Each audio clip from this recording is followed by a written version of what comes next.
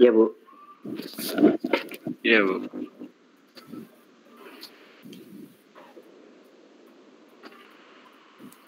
Saya sudah upload beberapa materi untuk hari ini ya. Pada topik bangkitan dan tarikan pergerakan. Ada 1 PPT dan ada 3 referensi. Saya akan membahas PPT-nya. Untuk referensi nanti Anda baca sebagai tambahan referensi untuk Anda ya.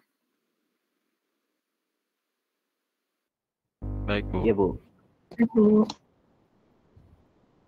Sebentar. Oke.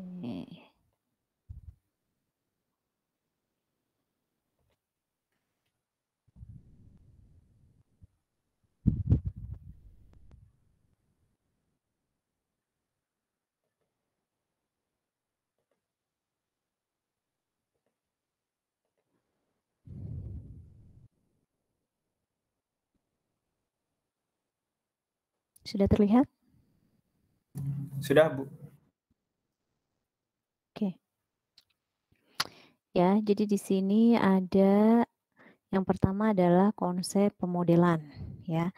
Kenapa harus memodelkan? Karena tujuannya adalah untuk membantu mengerti cara kerja sistem serta meramalkan perubahan pada setiap pergerakan arus lalu lintas.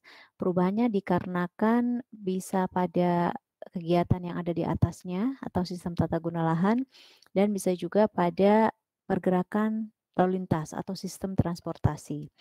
Teori yang digunakan adalah aksesibilitas bangkitan dan tarikan pergerakan serta sebaran pergerakan. Itu definisi dari Tamin 2000 ya. Kemudian yang dimaksud dengan pembebanan perjalanan adalah suatu proses di mana permintaan perjalanan yang didapat dari tahap distribusi dibebankan ke rute jaringan jalan yang terdiri dari kumpulan ruas-ruas jalan. Jadi dari prediksi jumlah bangkitan dan tarikan yang ada akibat adanya satu pusat bangkitan atau pusat tarikan yang baru, maka dibebankan atau ditambahkan volumenya ke dalam volume ruas-ruas jalan yang sudah ada existing. Tujuannya adalah untuk mendapatkan arus di ruas jalan dan atau total biaya perjalanan di dalam jaringan yang ditinjau. Kemudian untuk selanjutnya ada model perencanaan transportasi 4 tahap ya. Jadi untuk perencanaan transportasi ada 4 tahap pemodelan. Yang pertama adalah pemodelan bangkitan pergerakan. Ini didapatkan dari survei asal tujuan ya. Kemudian dari kita sudah tahu ada bangkitan, kemudian ada tarikan juga. Maka kita perlu ketahui model sebaran pergerakannya seperti apa. Misalnya tadi yang ditampilkan oleh siapa ya yang di Sumedang itu, misalnya di tengah-tengah itu adalah tarikan, kemudian di sekitarnya adalah bangkitan. Sehingga dari bangkitan ke tarikan itu model sebaran pergerakannya seperti apa. Pastikan akan tersebar di beberapa ruas-ruas jalan, ruas dan simpang jalan ya atau jaringan jalan. Sehingga terciptalah matriks asal tujuan. Ya, setelah sudah ada matriks asal tujuan, artinya matriks di sini menggambarkan berapa jumlah asal dan berapa jumlah tujuan dari satu perjalanan. Lalu selanjutnya dibuatkan model pemilihan moda dari satu pusat bangkitan ke satu pusat tarikan akan menggunakan moda transportasi apa? Apakah roda 2 ataukah roda 3, apakah rel ataukah jalan raya modanya begitu ya. Kemudian apakah kendaraan umum ataukah kendaraan pribadi gitu. Lalu setelah itu dibuatkan model pemilihan rute. Jika menggunakan kendaraan umum, maka rutenya melewati yang mana dari bangkitan ke tarikan. Dan jika menggunakan kendaraan pribadi, menggunakan rute yang mana? Apakah akan sama kendaraan pribadi dengan kendaraan umum untuk rutenya? Tentunya lebih variatif untuk kendaraan pribadi ya rute-rutenya. Kemudian dari model pemilihan rute didapatkanlah arus pada jaringan atau ruas-ruas jaringan jalannya. Itu ya. Ya, kemudian untuk pemodelan zona, di situ ada kaitannya juga dengan jaringan transportasi yang ada. Kalau Anda membagi pembagian zonanya dalam dalam batas administratif, misalnya batas kecamatan atau kelurahan begitu ya, maka jaringan jalannya pun terfokus pada tiap zona-zona tersebut. Lalu yang dimaksud dengan aksesibilitas seperti yang tergambar pada nomor 1, aksesibilitas zona I, kemudian tergantung pada intensitas guna lahan yang ada di zona D. Jadi akses dari zona I ke zona D.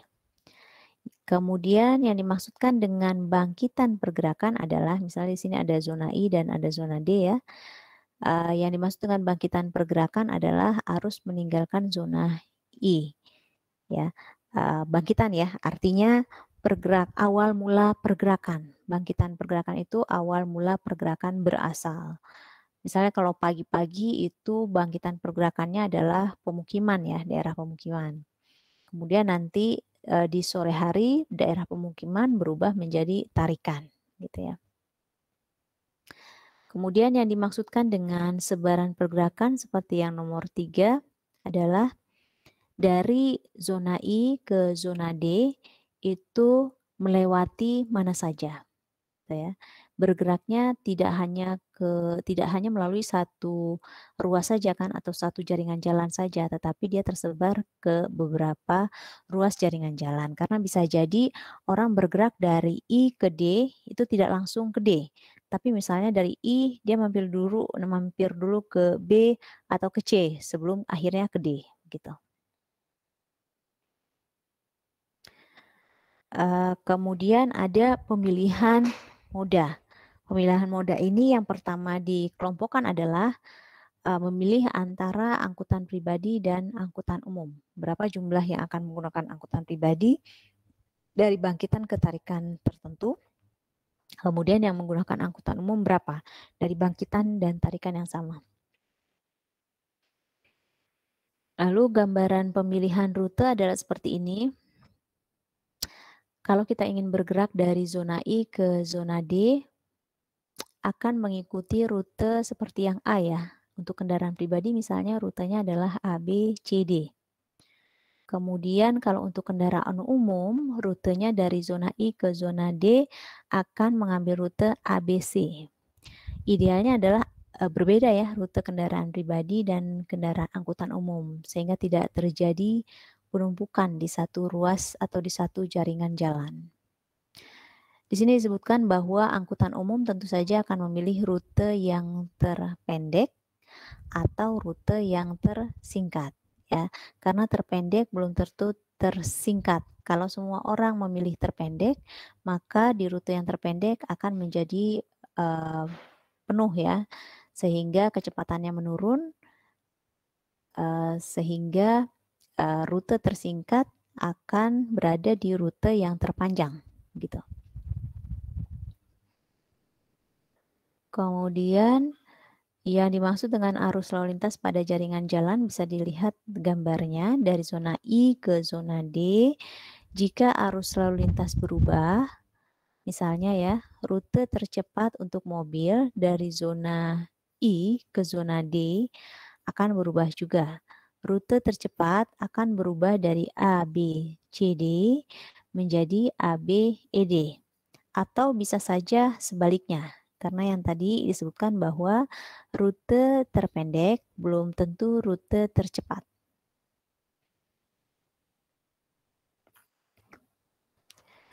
Nah, kemudian apa yang dimaksud dengan atau definisi dari bangkitan pergerakan? Bangkitan pergerakan adalah tahapan pemodelan yang memperkirakan jumlah pergerakan yang berasal dari suatu zona atau tata guna lahan dan jumlah pergerakan yang tertarik ke satu zona. Gambarannya bisa dilihat di situ di gambar 2.3 ya. Antara rumah dengan tempat kerja. Rumah akan menjadi bangkitan di pagi hari, sedangkan tempat kerja akan menjadi tarikan. Kemudian kalau untuk di sore hari misalnya, tempat kerja menjadi bangkitan, sedangkan rumah menjadi tarikan. Atau bisa juga yang base-nya itu bukan rumah, tapi base-nya adalah tempat kerja.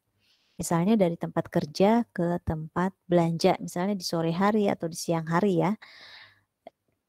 Tempat kerja bisa menjadi bangkitan, misalnya di waktu istirahat menjadi bangkitan, kemudian tarikannya adalah di mana? Di pusat perbelanjaan atau di food court gitu ya. Kemudian akan berpindah posisinya ketika waktu istirahat selesai gitu. Begitu juga ketika misalnya di sore hari dari pulang kerja, maka misalnya mampir dulu nih ke tempat belanja sebelum akhirnya pulang ke rumah gitu ya. Sampai sini bisa dipahami mengenai bangkitan, definisi dari bangkitan? Bisa, Bu. Bisa, Bu. Oke, kita lanjut ya. Ada beberapa definisi yang terkait dengan 4 tahapan model transportasi tadi. Yang pertama adalah perjalanan. Perjalanan adalah pergerakan satu arah dari zona asal ke zona tujuan. Ya, termasuk pergerakan berjalan kaki, kemudian berhenti secara kebetulan tidak dianggap sebagai tujuan pergerakan, meskipun terpaksa melakukan perubahan rute. Jadi yang dimaksud dengan perjalanan adalah pergerakan satu arah dari zona asal ke zona tujuan. Ya, dari zona asal ke zona tujuan atau dari bangkitan ke tarikan. Ada beberapa jenis pergerakan yang dilakukan oleh manusia. Yang pertama pergerakan berbasis rumah dan yang kedua adalah pergerakan berbasis bukan rumah. Kalau pergerakan berbasis rumah, contohnya yang tadi ya, dari rumah ke tempat kerja gitu ya. Pergerakan yang salah satu zona, baik dia asal maupun tujuannya adalah rumah. Kemudian untuk pergerakan yang berbasis bukan rumah adalah pergerakan baik asal maupun tujuan pergerakannya adalah bukan rumah. Contohnya yang tadi ya, dari tempat kerja ke tempat belanja, misalnya seperti itu.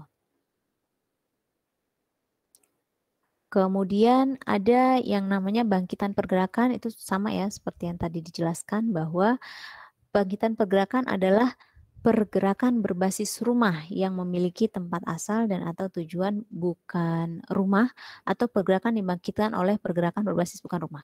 Jadi untuk bangkitan pergerakan dia tidak terkait dengan basisnya, tetapi dia terkait dengan asalnya. Ya, bangkitan adalah asal pergerakan. Kemudian tarikan pergerakan adalah pergerakan berbasis rumah yang memiliki tempat asal dan atau tujuan bukan rumah atau pergerakan yang tertarik oleh pergerakan berbasis bukan rumah. Jadi tarikan ini adalah tujuan pergerakan.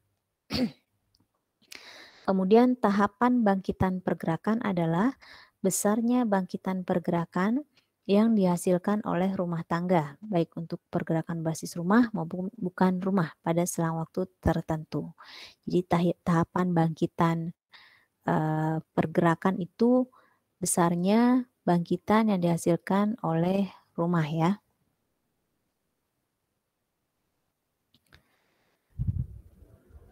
Ini kemudian selanjutnya klasifikasi pergerakan.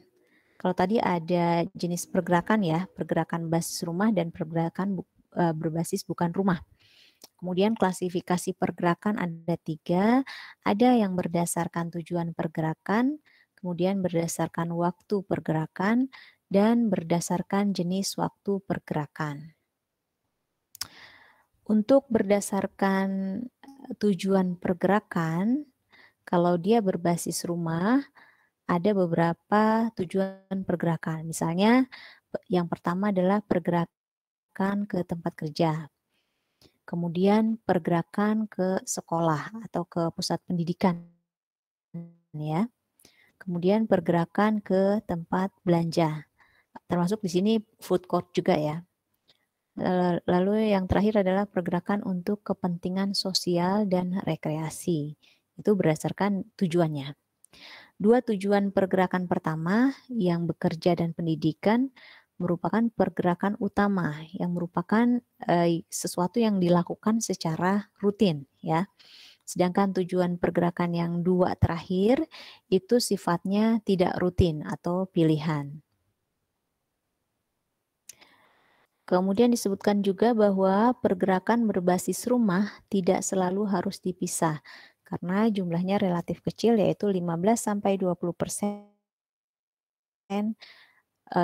dari total pergerakan setiap hari. Jadi sebetulnya pergerakan berbasis rumah itu kecil ya, walaupun dia adalah hal yang rutin dan ketika di pagi hari semuanya bangkitannya itu adalah rumah. Untuk pergerakan berdasarkan waktu pergerakan seperti ditunjukkan di dalam tabel yang ini, bahwa waktu pergerakan itu misalnya apakah ada di pagi hari, ataukah ada di siang hari, atau di sore hari. Ya. Kebanyakan pergerakan pada saat jam sibuk merupakan pergerakan utama yang harus dilakukan setiap hari. Misalnya tadi untuk tujuan yang 2 tadi ya, bekerja dan pendidikan. Sedangkan pergerakan untuk berbelanja dan kegiatan sosial biasanya dilakukan di waktu yang tidak sibuk. Ya, jadi jam sibuk dan tidak sibuk. Karena kan di pagi hari, di siang hari, ataupun di sore hari, itu ada waktu sibuk dan ada waktu yang tidak sibuk.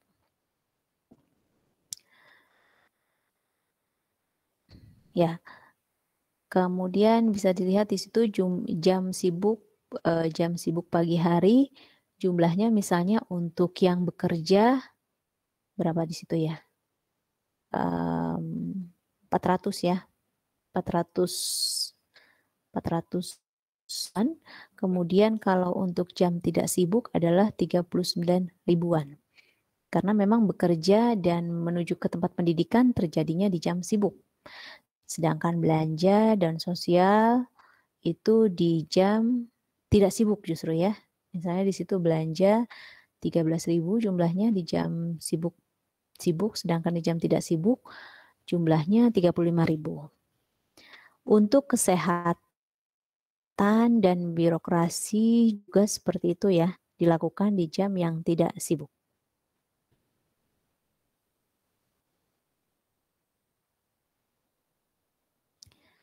Lalu yang terakhir adalah pergerakan berdasarkan jenis waktu pergerakan. Perilaku pelaku pergerakan sangat dipengaruhi tentu saja oleh kondisi sosioekonomi yang melakukan pergerakan.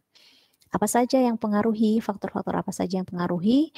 Di antaranya adalah tingkat pendapatan. Tentu saja tingkat pendapatan akan berpengaruh terhadap pola pergerakan setiap harinya ya, baik rutin maupun tidak rutin, atau baik di jam sibuk maupun di jam tidak sibuk. Kemudian tingkat kepemilikan kendaraannya seperti apa? Misalnya kalau dia terdapat dua atau lebih anggota keluarganya, atau 4 atau lebih anggota keluarganya, biasanya kendaraannya itu lebih dari 1 ya. Misalnya ataukah dia punya 1 kendaraan roda 2 dan 1 kendaraan roda 4 gitu. Kemudian ukuran struktur rumah tangga. Ukuran dan struktur rumah tangga ini berkaitan dengan jumlah anggota keluarganya ya. Kalau yang anggota keluarganya kecil, tentu saja biasanya jumlah kendaraannya lebih kecil ya. Sedangkan waktu pergerakannya juga lebih sedikit karena kebutuhan dari jumlah anggota keluarganya yang sedikit, maka kebutuhan bergeraknya juga menjadi lebih sedikit jika dibandingkan dengan jumlah anggota keluarganya yang besar dan semua masing-masing anggotanya itu sudah mempunyai kegiatan masing-masing. Gitu ya. Sampai sini ada yang mau ditanyakan? Mungkin saya izin bertanya, Bu. Silakan, Afif. Kalau misalkan kayak di SPBU kayak gitu, Bu, apakah bisa dibilang itu pergerakan juga, Bu? Mungkin kan sebagian besar pemilik kendaraan itu bukan menjadikan SPBU itu tujuan kayak gitu, Bu. Tapi kan sedangkan SPBU menurut saya kan merupakan sumber bangkitan sekaligus tarikan juga kayak gitu, Bu? Ya, SPBU termasuk ke dalam tujuan perjalanan ya. Tujuan perjalanan yang berbasis bukan rumah. Dan dia biasa dilakukan bisa di jam sibuk maupun di jam tidak sibuk. Tapi biasanya orang sudah lebih prepare ya, sehingga lebih banyak dilakukan di jam tidak sibuk. Tapi nggak tahu juga ya, kadang-kadang polanya berubah juga nih kalau di Indonesia. Tergantung, jika ada pengumuman maka dia di jam sibuk juga penuh juga ya. Di pengumuman ketika kebijakannya berubah begitu. Jadi tetap dihitung sebagai tujuan perjalanan ya, Afif. Oh gitu ya. Berarti bukan dibilang berhenti secara kebetulan gitu ya, Bu, kalau buat SPBU. Bukan. Oh ya, makasih Bu. Ya. Ada lagi yang mau ditanyakan? Izin bertanya Bu. Silakan, Luis. Ya Bu, terkait apa namanya kendaraan, kalau misalkan tadi kan banyak dibilang kalau misalkan kita memakai kendaraan pribadi, kalau misalkan untuk kendaraan umum kan atau transportasi umum misalkan bus atau mungkin apa namanya bisa jadi kereta atau pesawat juga gitu, apakah bisa dibilang pergerakan bangkitan dan tarikan di setiap terminalnya atau pemberhentiannya Bu? Gitu. Ya, kalau menggunakan, karena kan tadi kan ada beberapa tahapan transportasi ya. Yang pertama bangkitan, Anda bangkitan dan tujuan, bangkitan dan tarikan. Anda deskripsikan dulu bangkitan dan tarikannya. Kemudian setelah itu, apalagi yang kedua? Yang kedua apa ya?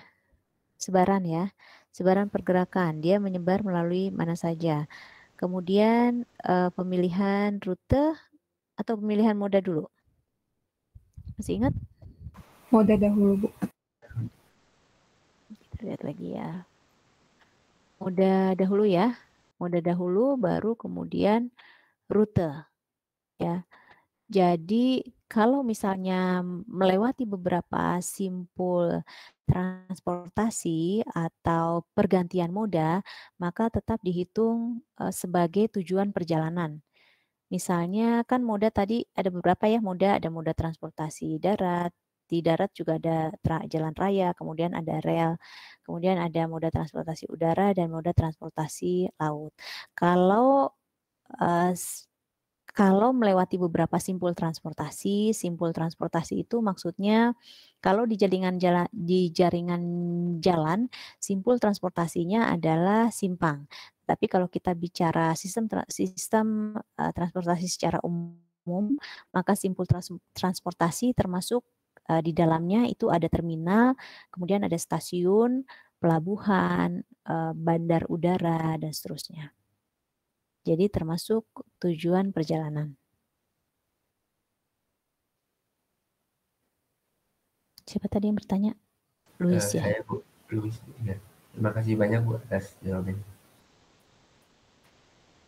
Ya, sama-sama. Ada lagi?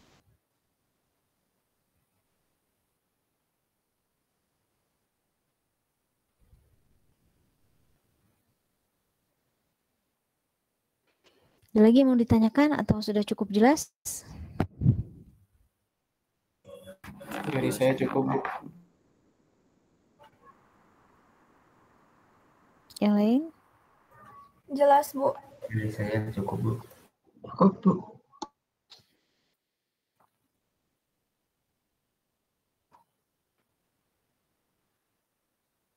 Oke, kalau sudah cukup jelas, silakan Anda baca ada 3 referensi di situ ya. Ketiganya adalah diambil dari jurnal. Yang pertama, analisis potensi bangkitan dan tarikan. Studi kasus pada stasiun LRT Gedung Halang, Kota Bogor. Di situ Anda cek bagaimana tahapan atau Anda pelajari bagaimana tahap-tahap pada modelan transportasi. Ya. Dulu ya. Paling tidak Anda baca dan pelajari, walaupun belum terlalu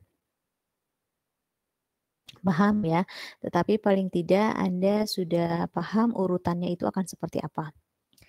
Kemudian yang kedua, referensi kedua tentang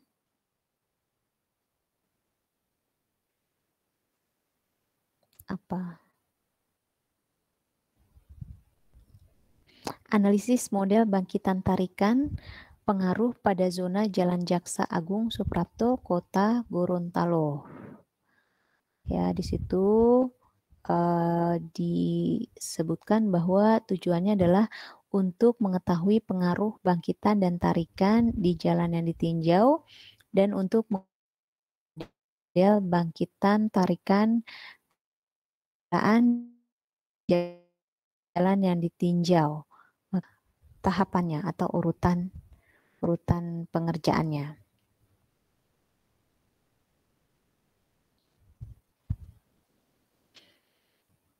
Ya, selanjutnya yang referensi yang ketiga yaitu tentang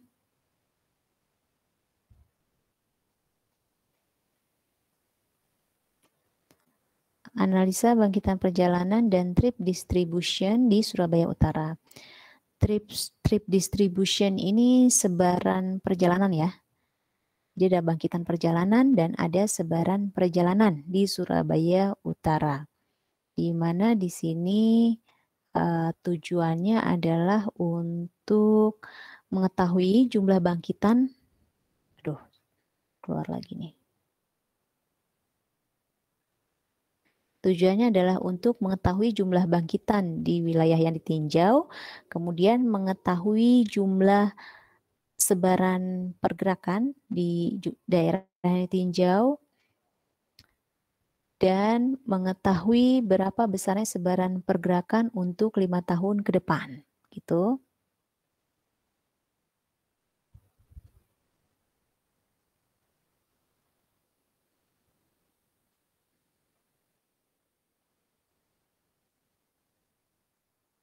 Ya.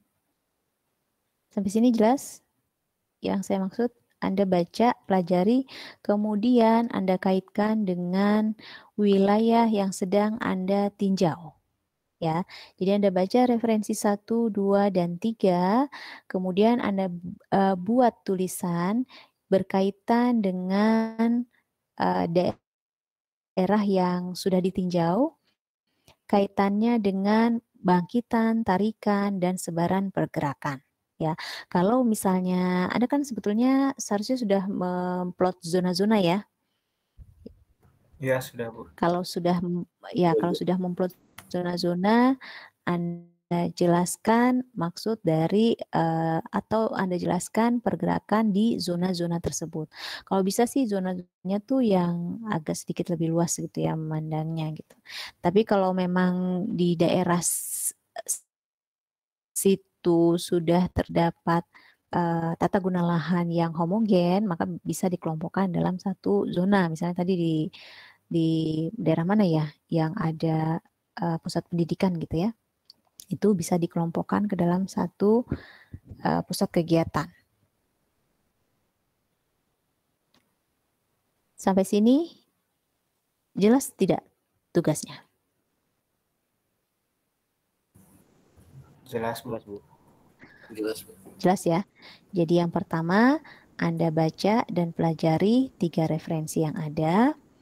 Kemudian yang kedua, Anda tentukan zona-zona di daerah yang ditinjau, zona bangkitan maupun zona tarikannya.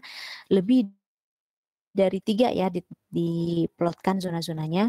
Kalau memang yang belum memplotkan, kalau yang sudah diplotkan dicek kembali kesesuaian zonanya dan dituliskan apakah zonanya batasannya adalah administratif, batas wilayah, ataukah batasannya adalah kegiatan homogen yang ada di atasnya. Kemudian setelah itu Anda kaitkan atau Anda buat suatu analisa hubungan antara zona-zona tersebut dengan bangkitan, tarikan, serta sebaran pergerakan. Itu ya, sudah jelas? Atau ada yang mau ditanyakan? Jelas, Bu.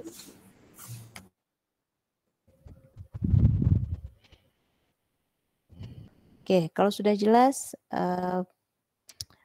itu saja untuk hari ini. Silakan Anda kerjakan tugasnya sampai jam kuliah saya selesai sampai jam berapa ya?